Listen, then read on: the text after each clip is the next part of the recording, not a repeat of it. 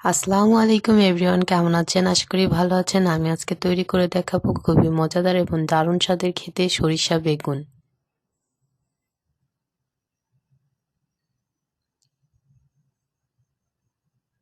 সেজন্য এখানে আমি বড় সাইজের 2টা বেগুন নিয়েছি। একটু বড় করেই আমি এগুলোকে কেটে নিয়েছি। কেটে সুন্দর করে ধুয়ে পরিষ্কার করে নিয়েছি। পিছন সাইডে দিয়ে আমি একটু করে ফালি করে নিয়েছি যাতে মশলাগুলো খুব সুন্দরভাবে ভিতরে ঢুকে যায়। প্রত্যেকটাকে আমি কিন্তু এরকম করে কেটে নিয়েছি।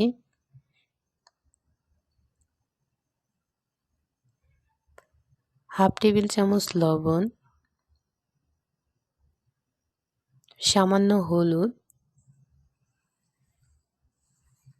হাফ টেবিল চামচ শুকনো মরিচ দিয়ে সুন্দর করে এটাকে মেখে আমি রেখে দিব 5 মিনিটের জন্য।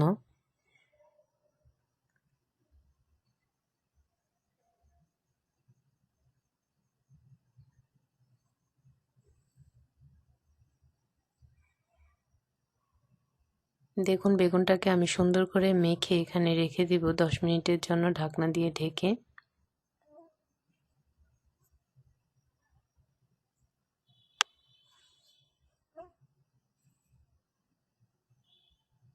দশ মিনিট পরে আমি এখন বেগুনটাকে ভেজে নিব।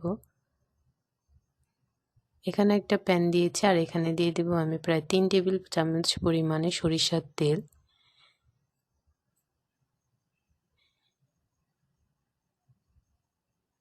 তেলটা আমার গরম হয়ে গিয়েছে এবং মেখে রাখা সেই বেগুনগুলোকে আমি এর ভিতরে দিয়ে ভেজে নিব।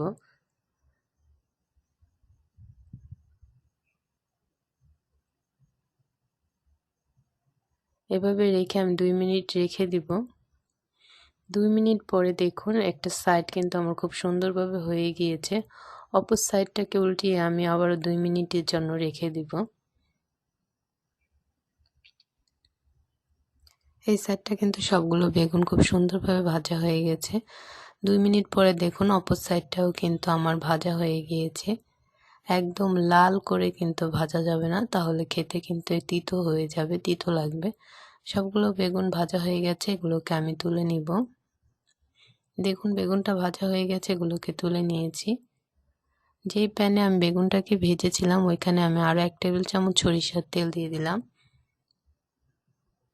একটা আস্ত শুকনো মরিচকে আমি 2 টুকরো করে ভেঙে তেলের ভিতরে দিয়ে দিয়েছি। মরিচটাকে একটু ভেজে এখানে দিয়ে দিলাম হাফ টিস্পুন হলুদ গুঁড়ো,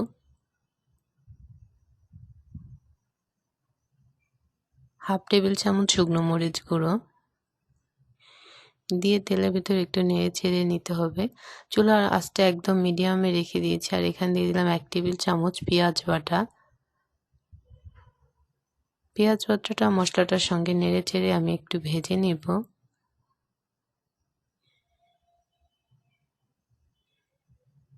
মশলাটাকে একটু ভেজে নিয়েছি দেখুন। আর 2 টেবিল চামচ সাদা সরিষা বাটা আমি এখানে দিয়ে দিয়েছি। সরিষাটাকে অবশ্যই পানি ছাড়া আমি বেটে নিয়েছি একদম মিহি করে। সরিষা বাটাটাকেও মশলার সঙ্গে সুন্দর করে আমি 2 থেকে 3 মিনিট ভেজে নেব। প্রয়োজন মতো এখানে আপনারা পানি দিয়ে দিবেন যাতে মশলাটা পুড়ে না যায়। হাফ টিস্পুন ধনিয়া গুঁড়ো আর এখানে দিয়ে দিলাম আমি একটু সামান্য পানি। পানি দিয়ে আবারও মশলাটার সঙ্গে সরিষাটাকে সুন্দর করে নেড়েচেড়ে আমি একটু কষিয়ে নেব।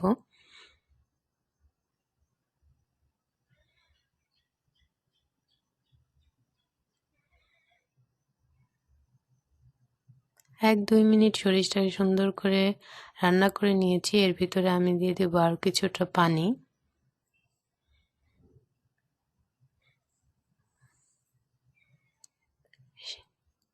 সামান্য আদা বাটা, সামান্য রসুন বাটা,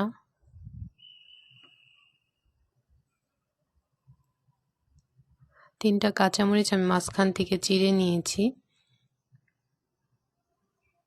স্বাদ মতো লবণ দিয়ে আবারও আমি 1-2 মিনিট এটাকে রান্না করে নেব।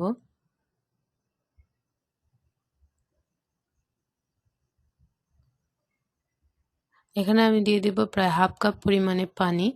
পানিটাকে দিয়ে আমি এটাকে 2-3 মিনিট রান্না করে নেব, যাতে এর থেকে যে কাঁচা ফ্লেভার আসে সেই ফ্লেভারটা চলে যায়। দেখুন 2-3 মিনিট আমি এটাকে সুন্দর করে রান্না করে নিয়েছি, এর থেকে কিন্তু খুব সুন্দর একটা ফ্লেভার বের হয়েছে। এখন সেই ভেজে রাখা বেগুনগুলো আমি মশলার ভিতরে দিয়ে দিব। মশলার সঙ্গে বেগুনগুলোকে সুন্দর করে নেড়ে চেড়ে আমি মিশিয়ে নেব, খুবই আলতোভাবে, একদম জোরে দেওয়া যাবে না, তাহলে কিন্তু বেগুনগুলো ভেঙে যাবে। এভাবে আরও 2-3 মিনিট আমি এটাকে রান্না করে নিব।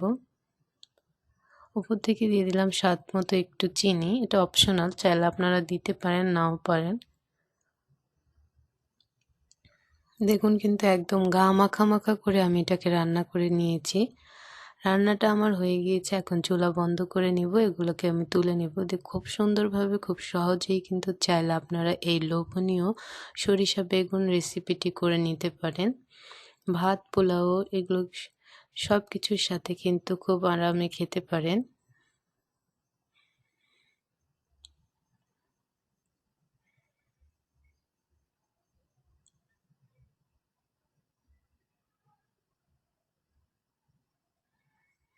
খুব সুন্দরভাবে, খুব সহজে, অল্প সময় হাতে নিয়েই কিন্তু আপনারা তৈরি করে নিতে পারেন মজাদার এই সরিষা বেগুন রেসিপিটি।